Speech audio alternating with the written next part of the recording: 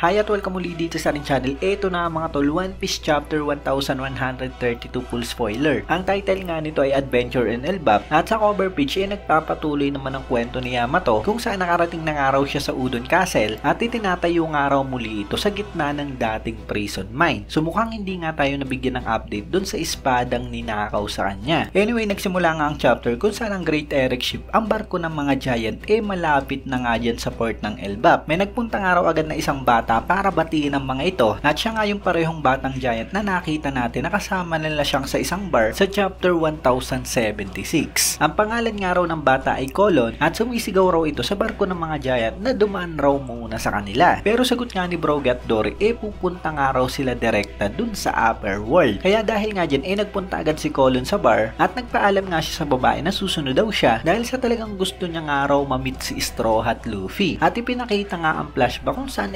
kwento nga ni Shanks kay Colon ang patungkol kay Luffy. At sabi nga ni Shanks sa bata, wag nga raw kakalimutan ang pangalang ito. Ang pangalan ni Straw Hat Luffy. So ayun mga tol, hindi nga lang si Luffy ang talagang proud na proud para kay Shanks, kundi maging si Shanks nga rin talagang proud na proud para kay Luffy. At talagang ikwento niya nga ito kahit nasa isang bata na katulad ni Colon. Nagpapakita lang na talagang napakalaki nga ng tiwala ni Shanks kay Luffy at alam niya nga na talagang magtatagumpay ito sa pangarap niya. So bago nga raw umalis si Colon ng bar, binigyan nga raw siya ng pagkain ng babae para sa kanya at para sa tatay niya at para nga rin daw sa isa pa na tinatawag na Ripley. At mula nga dyan, umalis na raw yang si Colon sa bar. At mula nga dyan, pinakita naman ang Great Eric ship kung saan papalipit na nga raw ito sa napakalaking rainbow at nagkokonekta nga raw ito mula sa dagat papunta sa taas na bahagi ng Elbap Tree. At ang rainbow nga raw na yan mga tol, ang parang magiging daan nila para mayakyat nga ang barko nila sa taas. Ginawa nga raw yan ng mga giant at yan nga mga tol yung sinasabing Painter Sandstone. So bali yan nga mga tol yung nabanggit ni Stanson sa nakaraang chapter. At yun sa napakagandang double page makikita nga raw natin ang pagdaan ng Great Eric sa rainbow na yan. At bigla na nga lang din daw lumabas dyan ang maliit na barko ni Harudin at Stanson. Binati nga ng dalawang iba pang mga giant at sumabay na nga sila sa pag-akyat. Habang ang mga Straw Hat naman talagang biglang bigla dahil sa tumatawid nga sila sa isang rainbow. Habang sabi naman ni Brogy maganda nga raw yung hangin ngayon at maganda dahil sa talagang nakakadaan nga raw sila sa rainbow. Habang sabi naman daw ni Jinbei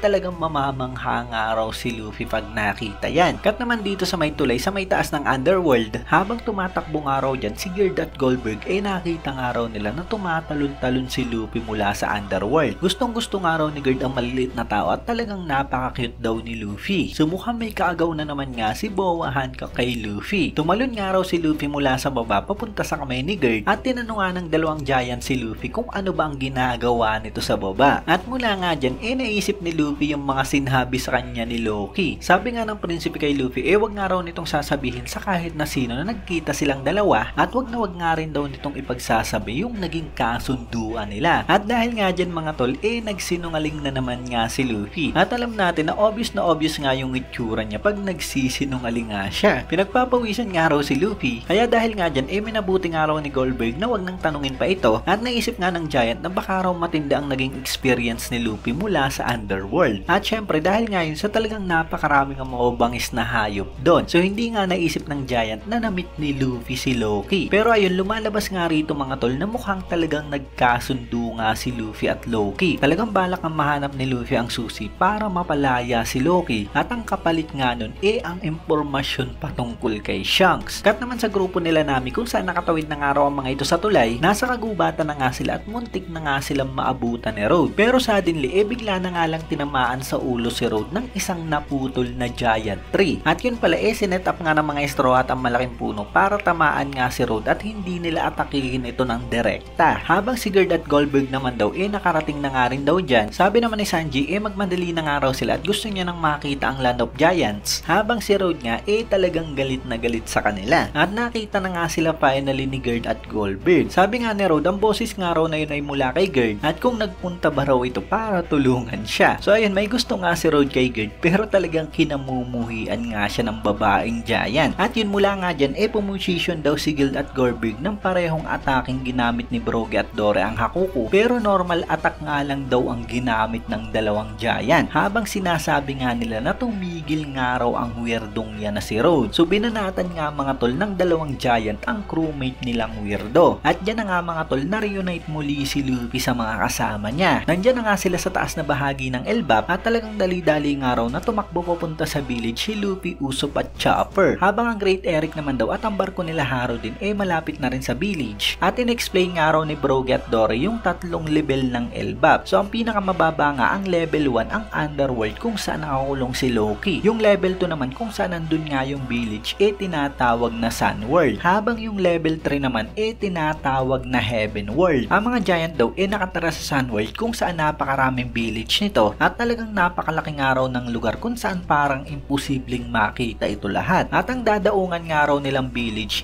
ang village ni Brogy at Dory. At mula nga sa isang double page pinapakita nga ang village nila. Nasa sanga nga raw ito ng puno at napapalibutan din ng mga sea cloud. Yung mga bahay nga raw pareho lang sa mga bahay ng typical giant na nakita natin. Meron nga rin daw isang kastilyo na pareho nga sa Lego Castle na ginawa ni Road dun sa diorama. At cut naman muli kila Luffy kung saan sigaw nga ng mga giant welcome to Elbap. Talagang mangha-mangha nga si Luffy at Usopp at hindi nga maipaliwanag ang saya ng dalawa nang makita nila ang village ng Elbap. At makikita nga raw natin ang flashback ni Luffy at Usopp habang pinag-uusapan nga nila ang Elbap sa pagtatapos ng Little Garden Arc. Nangako nga si Usopp na isang araw makakapunta siya ng Elbap sa village ng mga warrior. Sumang-ayon nga rin si Luffy at gawin nga raw nila yon. At mula nga dyan makikita nga raw natin ang reaksyon ng mga Straw Hat nang makita nila ang village. Si Robin, si Nami, si Bonnie, si Lilith talagang napakasaya. Si Luffy, si Frankie, si Brook at si Jinbei naman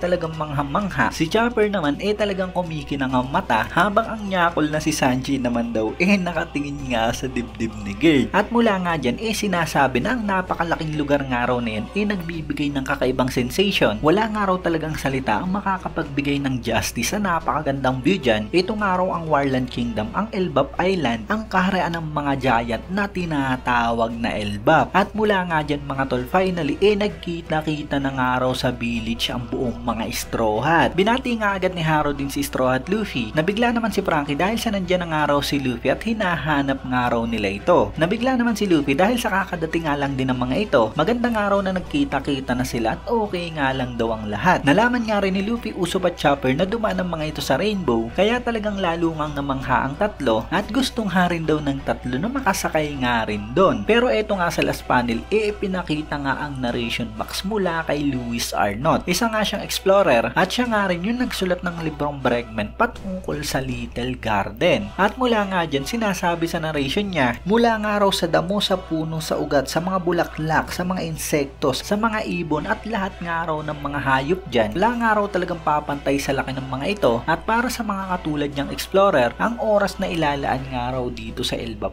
walang halaga. So kumbaga mga tol, sinasabi niya na hindi nga worth it ang paglalakbay dito sa Elbap. Siguro dahil na nga rin sa talagang napakadelikado nga ng lugar na ito para sa mga tao. At mula nga dyan mga tol, sa huling panel makikita natin ang silhouette ng isang taong naglalakad dyan sa may kakahuyan at tinitignan nga lang daw ito ng isang malaking oso. Hindi pa nga rin daw natin makikita kung sino ba ang nakasilhouette na to. Puro silhouette nga mga tol at talagang binibitin tayo sa ganito. Pero mahaba nga raw ang buhok nito at nakasuot ng Wano Kuni hat. At maaaring siya nga rin daw yung parehong taong kainuman ni Crocus sa chapter 631. Na as we all know, matagal na nga theory na ang kainuman na yun ni Crocus walang iba kundi si Golden Lion Shiki. So grabe mga tol kung siya nga talaga ang main villain ng arc na to. Tinalo na nga siya ni Luffy sa Strong World pero hindi nga canon yung mga pangyayaring yon. Pero yung mismong karakter nga ni Shiki canon dito sa kwento. Kaya talagang hindi nga imposible yung mangyayaring pagbabalik niya. At ito pa nga mga tol yung patuloy ng narration ni Lewis Arnott. Isang bagay nga lang daw ang ipapaalala niya patungkol sa misteryosong island ng Elbap, ang lugar kung saan ang lahat nga napakalaki. Sana raw maalala ang mga salita niyang ito. Wag na wag nga raw magtatagal ang mga ito sa islang yan ng Elbap. So napakatinding banta nga ang binitawan niya mga tol. Sa estado nga ngayon ng mga Straw Hat bilang isang Yonko crew,